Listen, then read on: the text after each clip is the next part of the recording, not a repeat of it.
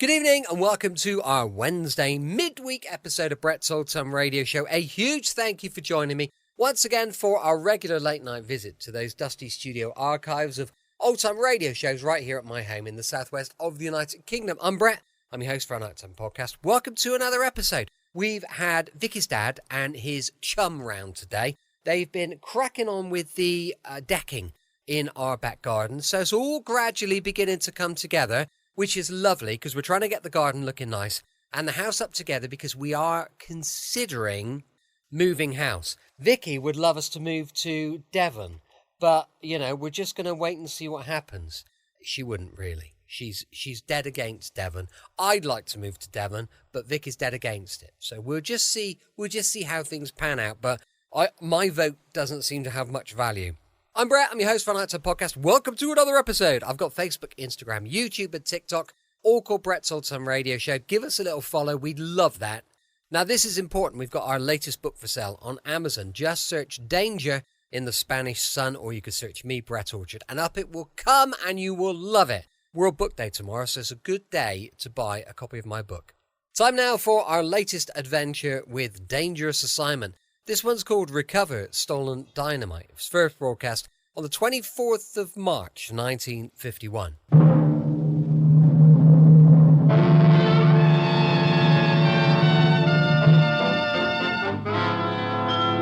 Dangerous Assignment, starring Brian Donlevy as Steve Mitchell.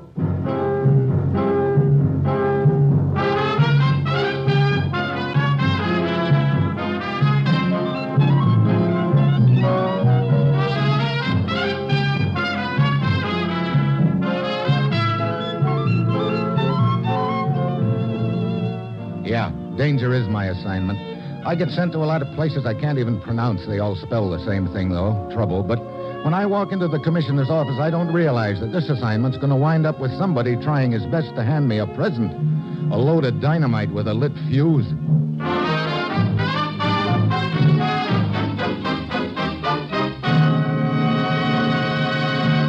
Morning, Commissioner. Ruth left a note on my desk if you wanted to see me.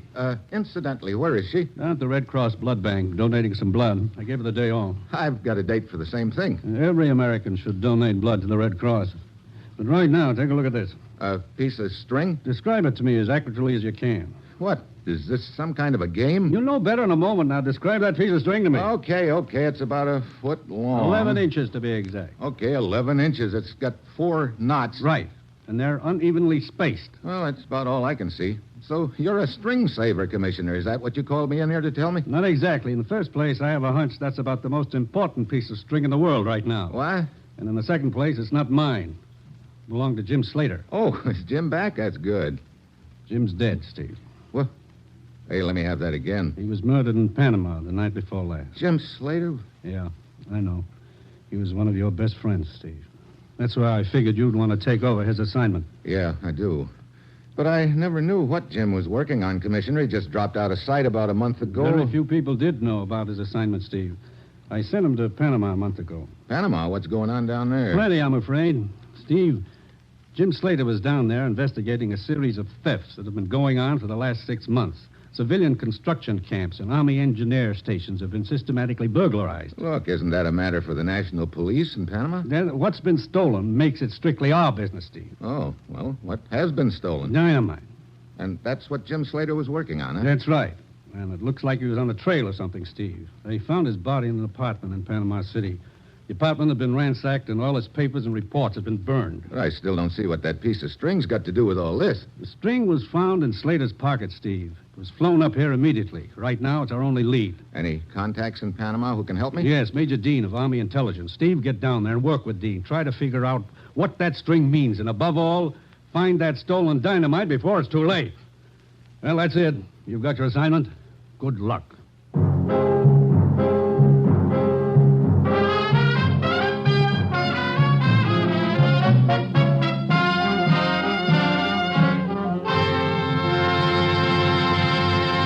The National Broadcasting Company is presenting Dangerous Assignment, starring Brian Donlevy as Steve Mitchell, colorful, two-fisted government agent.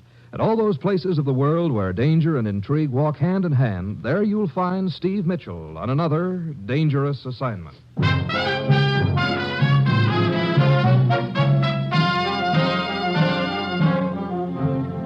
I've got my assignment. Fly down to Panama and find out who's been stealing dynamite and where they've got it hidden before they blow up the whole joint.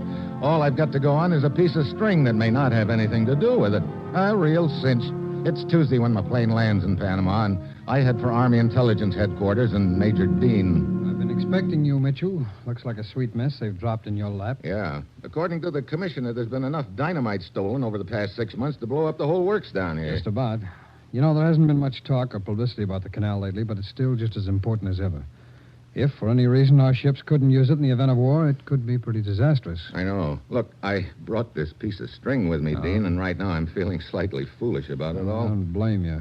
Piece of string, 11 inches long with 4 knots in it. Yeah. And that's supposed to be the key to the whole deal. Do you think it is? I don't know what to think, Mitchell. All I know is they found it in Slater's pocket. Yeah. He must have been pretty close. That's obviously why he was killed. Mm-hmm. How about his apartment? Have you got a key? Yeah, we've kept it locked up since the murder. Here it is.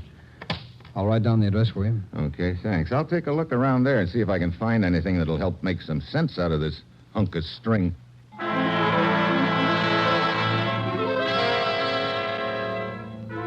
So I head for Slater's apartment. I search it from one end to the other, but all his papers have been destroyed, and there's nothing in the apartment to give me any leads at all. Just as I'm finishing up, the doorbell rings. Yeah? Oh, Jim here? Jim? Jim Slater. This is his apartment, isn't it? Yeah, it is. Well, look, is he here or not? Who are you? Well, my name's Ferguson. I'm a friend of Jim's. Say, what is all this? Come on in. Where is Jim Slater? Dead. What? How did it happen? An accident? No, he was murdered. Murdered? By whom? That's what I'm trying to find out. You say you're a friend of Jim's. He was murdered a couple of days ago. It's strange that you didn't know about it. Well, I've been in the interior for the last couple of weeks. Oh? Look, if I'd known he was dead, would I come up here to see him? I don't suppose so. How long have you known Slater? Just since he came down here to Panama a couple of months ago. But we seemed to hit it off real well right from the start. How did the two of you meet? Why, in a bar, as a matter of fact. Look, all these questions. Who are you? My name is Mitchell. I'm a friend of Slater's, too. Oh. Did he tell you why he was down here in Panama? Well, he said he was just knocking around. I see. How about you? You work here? Yeah, I'm a civilian employee of the Army Engineers down here. Oh, what kind of work do you do? Allocation of supplies, material. I see. Must be a pretty big job. Keeps me busy, all right. I guess the Army Engineers have about every kind of supplies there are, all the way from safety pins to dynamite, huh? Yeah. Look, you any idea why Slater was killed? Not the slightest, Ferguson. I thought maybe you might be able to help me there. What do you mean by that, Mitchell? Well, just that maybe you knew of someone who might have a reason for killing him. Oh. Well, afraid I don't. You didn't know any of his other friends, huh? Just Alice. Who's she? Alice Gaines, a nurse out at Santo Tomas Hospital. The three of us used to do the town once in a while. I'm sure she couldn't possibly have had anything to do with it. Well, probably not. Okay, Ferguson, thanks for the information.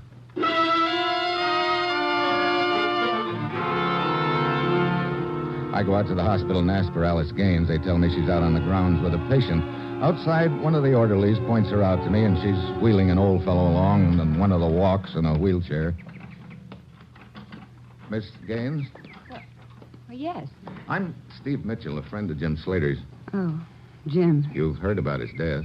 Yes, I have. I'd like to talk to you for a moment, if I may. All right. This is Senor Morales, one of my patients. Senor Morales? How do you do? Senor, would you excuse me? Of course, my child.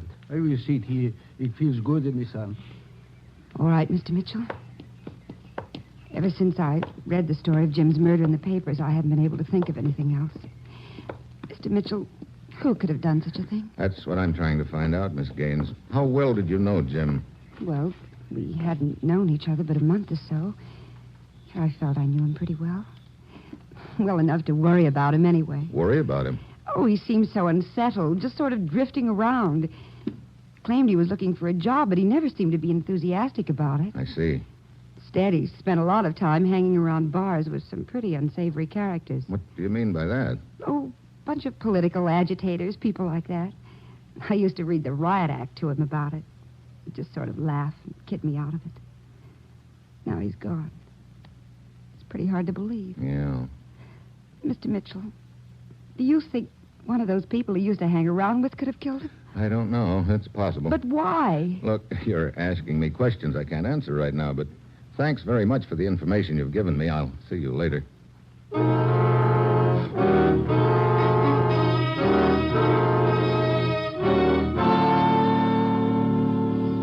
Well, Steve, so far you've collected yourself a couple of suspects, Ferguson and Alice Gaines. Yeah. You think they could be working together? I doubt it if they are. Why would Ferguson tip me off about her in the first place? Yeah, that's right. It doesn't figure. Now, you say that neither of them apparently knew what Slater was doing here in Panama? That's what they told me. Whether they were lying or not is something else again. Oh, speaking of something else, how about that piece of string? You got any glimmer on where it figures in this deal? Not the slightest. Matter of fact, I'm beginning to think there's no connection at all. You may be right. What time is it, Steve? 20 minutes past midnight. Well, there's not much more we can do tonight. Excuse me, will you? Mm-hmm. Major Dean speaking. Yeah? What? Let's have that again. Yeah, where? I see. How long ago? Okay, we'll be right over. Something the matter? I'll say there is. That outfit must think they're really safe again now they've knocked off Slater. What do you mean? They just pulled a raid on a civilian construction company in a little town about a dozen miles from here. And got away with 50 cases of dynamite. Why? Yeah, but I think we've got one of them. They're holding him out there for us, a native named Miguel. Come on. I want to talk to this Miguel real bad. Maybe I can trade this piece of string for a real live suspect.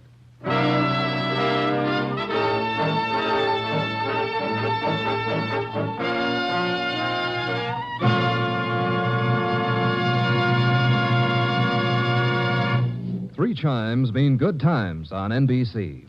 There's fun tomorrow on NBC with two of your favorite families. There's The Blandings, starring Cary Grant and Betsy Drake as Mr. and Mrs. Blandings, the owners of the beautiful, expensive, and troublesome dream house. And The Hilarious Harrises with Frankie, Brother Willie, Julius, and all the other favorites of the Phil Harris-Alice Faye show. That's tomorrow and every Sunday for Mr. and Mrs. Blandings, starring Cary Grant and Betsy Drake, and the Phil Harris-Alice Faye show.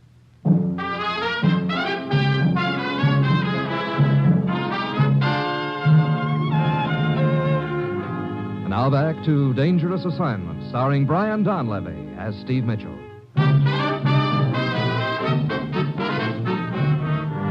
Major Dean and I take off for the construction company's camp a dozen miles out of the city. There's a man waiting for us when we pull up in front of the shack. Mr. Mitchell! That's right. I'm Barrows, the night watchman. Barrows, this is Major Dean. Evening, Major. Hello, Barrows. Suppose you tell us what happened. Well, I was making my rounds an hour or so ago. Thought I saw something in the shadows near one of the sheds. So I went over to investigate and got jumped. Who jumped you? A couple of natives. Mm-hmm. I managed to clip one of them, but the other was giving me a bad time. While we were fighting, I heard a truck pull up in front of the shed where we store the dynamite. Long about then, I got tagged over the right ear and went out. Yeah, it's a nasty cut you got. But I must have been out only a couple of minutes, because when I came to, the shed door was open and the truck was just pulling away. I saw a native running after the truck, trying to get aboard, so I scrambled around in the brush, found my gun, and threw a shot after him. Did you hit him? Well, he let out a yip. The truck speeded up, and the native took off into the bushes, and I followed.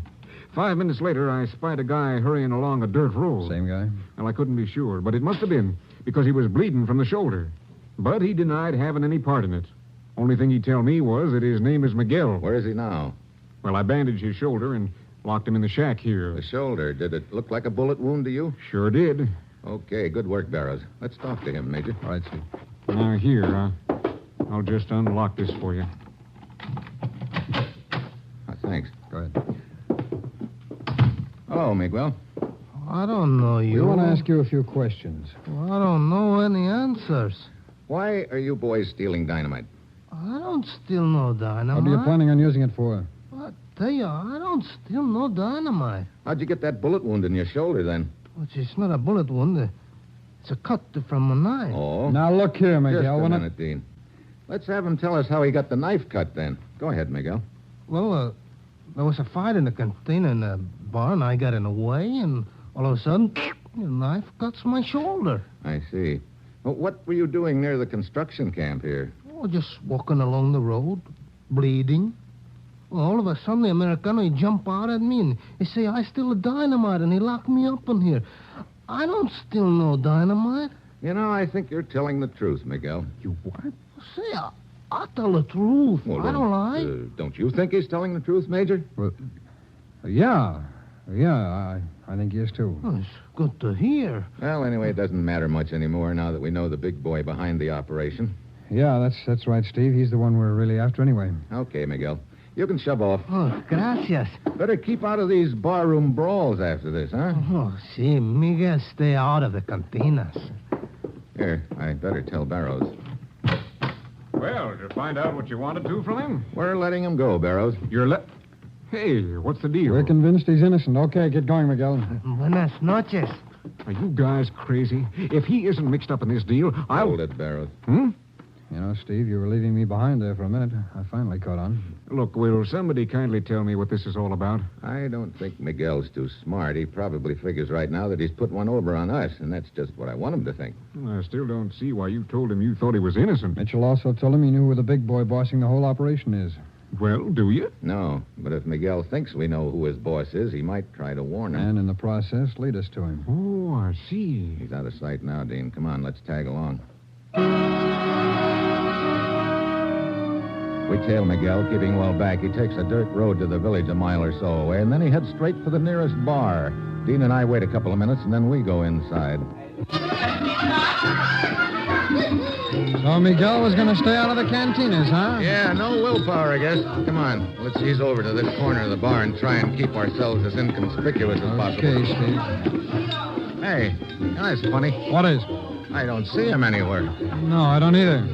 So he didn't come in here just for a drink. You think he knew we were tailing him, ducked out the back door? Maybe, we'd better... Hold it. Yeah, Miguel, coming out. Turn your back. We don't want him to spot us. Right. Went outside. He must have given the message to somebody in that back room. Think we ought to crash that party back there? We don't need to. Take a look. Yeah.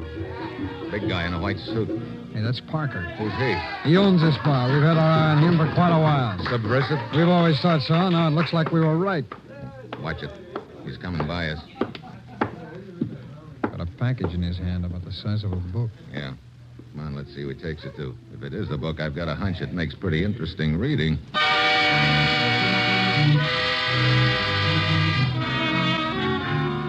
Parker gets in a car outside the bar and heads for the city. Major Dean and I follow. About 30 minutes later, he pulls up in front of an apartment house and goes inside. Steve, do you think this is headquarters? The apartment house? I don't know. Could be. Let's go inside. I wonder which apartment Parker was headed for. Hey, look, there's a row of mailboxes over there on the wall. Oh, good. We'll see if we recognize any of the names. Ramiros, Brent. Hey, look at the name on mailbox number 3. Alice Gaines. That's the nurse at Santa Tomas Hospital. Well, what do you know? Steve, look. Huh? Parker coming out of the door down the hall. That's her apartment, all right. Come on, out on the street. Right. Did you notice Parker didn't have the book anymore? Yeah. Come on down the sidewalk away. Right. Looks like our little game of who's who is over, Steve. That's probably why Slater struck up an acquaintance with Alice. He was trying to get a line on her. Yeah, but that still doesn't tell me what that string with the 4 knots is all about. Oh, look, there comes Parker. Heading for his car. Look, can you get a man to watch this apartment house? Sure, Steve. Have him tell us the minute that Alice leaves. All right. Hey, Parker's turning around, heading back the way he came. Should we tell him? I'd like you to, Dean. I'll wait here until your man arrives. Then I'm heading for Santa Tomas Hospital. Why the hospital? Look, there was a dynamite raid last night. It was probably engineered by the boss of the operation. Right now, it looks like Alice is the boss. I just remembered someone at the hospital who can tell me whether or not Alice was on duty last night.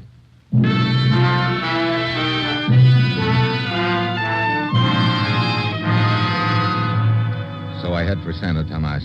After walking around the grounds for a few minutes, I spot the guy I'm looking for, Senor Morales, the patient in the wheelchair. He's sitting over near one of the fountains. Oh, good afternoon, Senor. Mitchell is in... That's right, Senor Morales. I presume you would like to talk to Alice, but she is not on duty yet. Matter of fact, I came here to talk to you, Senor Morales. Indeed. And how may I serve you? Is Alice Gaines your regular nurse? She and I have never seen a better one. She takes excellent care of me. What hours are her duty hours? From 4 in the afternoon until midnight. How about last night? Last night? What do you mean? Was she on duty all evening? We, as far as I know... Oh, wait. What is it? I just remembered I retired early, and Last night, I awoke about 11:30. I called for Alice, but another nurse came instead. She told me Alice had left early complaining of a headache. I see. Well, thank you, Senor Morales. Thanks a lot. I head for Parker's bar. Dean is sitting outside in a radio car in communication with his man who's watching Alice's apartment. So far, she hasn't budged, and Dean tells me that Parker came straight back to the bar. At this point, I figure it's time I paid a visit to Parker. I find him in the back room. Hey, what's the big idea? You and I are going to have a talk, Parker. Talk? I don't know you. You will. Get out of here. Oh, no. I want to talk about dynamite. Dynamite? Oh, no. Just leave that gun where it is. Let go of me. Hey, where's that dynamite? I don't know. That refresh your memory any? I tell you, I don't know. Okay, Buster. Stop it. You had enough, huh? Yeah. Okay. Now, I want you to take a look at this piece of string with the 4 knots. What does it mean? I don't know. Now, look. I'm telling you the truth. I never saw that piece of string before in my life. Okay, then tell me where all that dynamite is hidden. I don't know that either. All right, Parker, you're asking for another one. Look, you gotta believe me. I just run messages in the organization. Carried a warning to the boss. That's my job, but I saw you delivered a little while ago in a book, wasn't it? Yeah, but honest, I don't know... What's the dynamite going to be used for? And don't tell me you don't know that, or I'll... Take it easy. Okay. Yeah, I can tell you about that. In the event of war, it's going to be used for sabotage. It's already planted around various places. That I know, but I don't know where. And it's to be set off in the event of war, huh? Yeah, an hour after the boss gives a signal. Signal? What signal? 3 skyrockets over Panama City. Red bursts. I see. Okay. Now, I'll... Another gun, huh? Steve, you must be hard up for exercise. Yeah, you better have this baby put on ice, Major. All right. My man just radioed that Alice Gaines left her apartment and took a bus. He told me which line. We can pick it up in my car. Okay, let's go.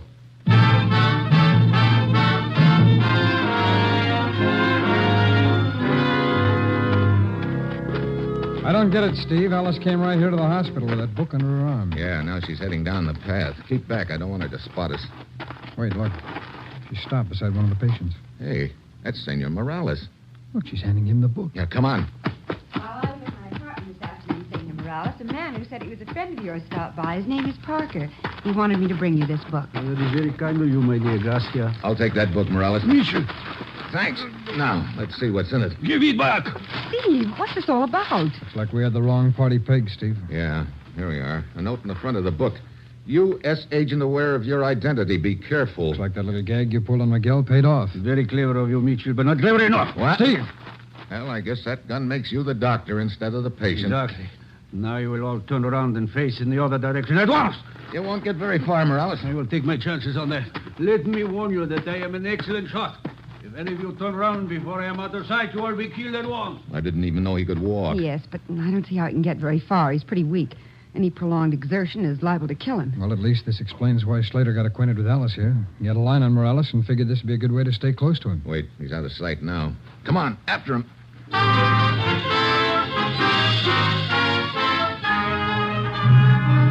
But Morales had done a good job of dropping out of sight. We searched the entire grounds and surrounding area, but he's gone. Major Dean puts out a radio bulletin on him, and then we head back to Dean's office. It's after dark when we get there. I'd sure feel a lot better if we had Morales in custody, Steve. So would I. He must have been saving an escape plan for a situation like this. Well, all my boys, the National Police, are alerted. Sooner or later, we've got to Dean. come up... Look, up in the sky. Skyrockets! Yeah, 3 of them. Red burst. Steve, that's the signal that you were telling me about. Yeah. Morales figures he might as well shoot the moon now that he's been discovered. And Parker said those charges are already planted. That's right. They'll be exploded in 1 hour, and we haven't the slightest idea where they are.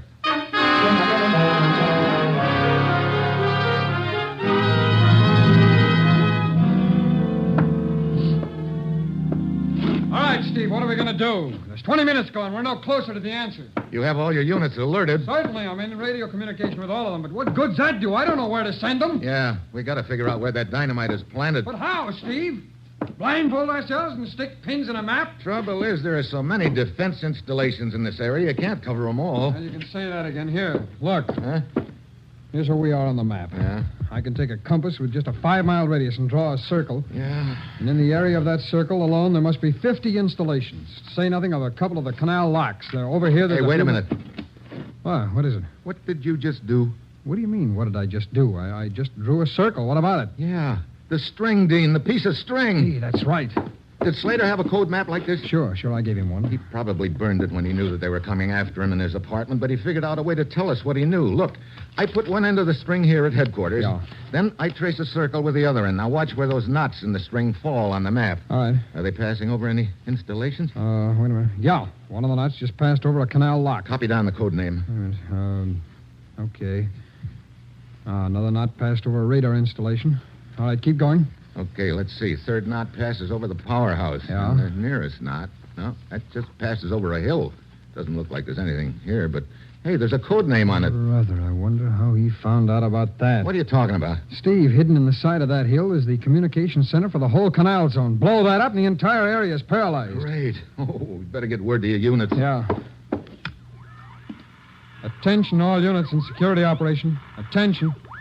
Unit Able, cover installation code name Watchdog. Unit Baker, take code name Gravy Boat. Unit Charlie, take code name Sad Sack. Report completion of mission. Okay, Steve, that takes care of the canal lock, the radar station, and the powerhouse. We'll take the communication center ourselves. Let's go.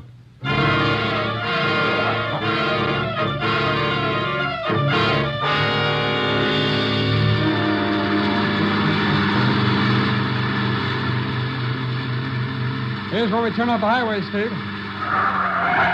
Hey, is that the hill up ahead of us? Yeah. They've really done a job of camouflage, haven't they? Wait a minute, look. There's a red light in the road up ahead. A tail light. Yeah, he's stopping at the foot of the hill. Somebody's getting out. Steve, it's Morales. Ah, so he's doing the honors personally at this location. Stop the car. Okay.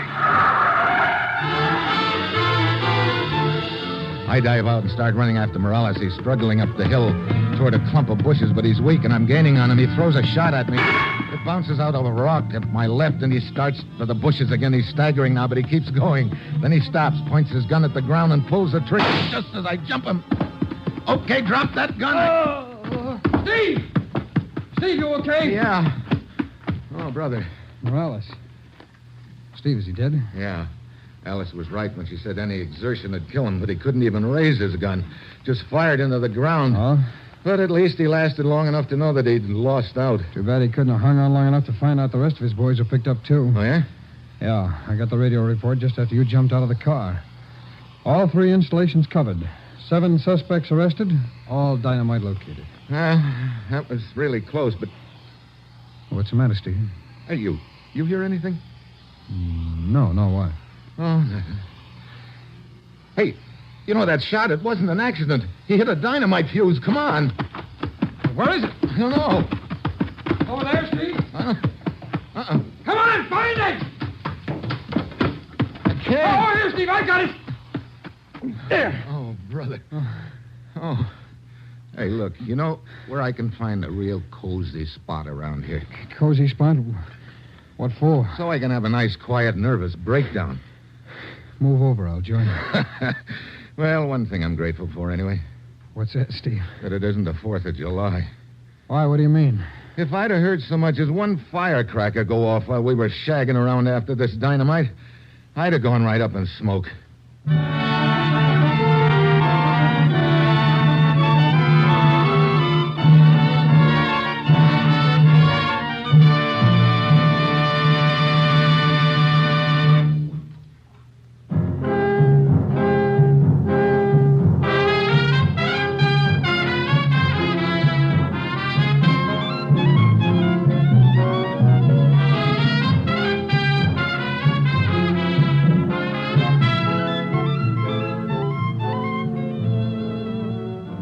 Dangerous Assignment, starring Brian Donlevy as Steve Mitchell, with Herb Butterfield as the commissioner, is written by Bob Reif and Adrian Jondo, with music by Robert Armbruster, and is produced and directed by Bill Karn. Others in the cast were Stacey Harris, Val Brown, Kay Stewart, Byron Kane, Don Diamond, and Raymond Hartman.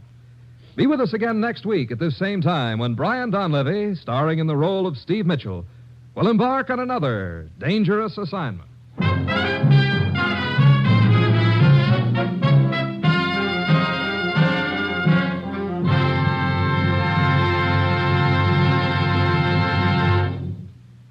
Recent figures disclose that more Americans have died on our highways than in all our wars. One main cause of death on the highway is lack of courtesy. A good rule to observe is that of America's friendly truck drivers. Courtesy and consideration to all motorists. Remember, the life you save may be your own. 3 chimes mean good times on NBC. There's an hour and a half of the very best in music, comedy, and drama tomorrow on The Big Show, when MC Tallulah Bankhead's guest list includes Judy Holliday, Carmen Miranda, Jimmy Durante, Rex Harrison, and many more.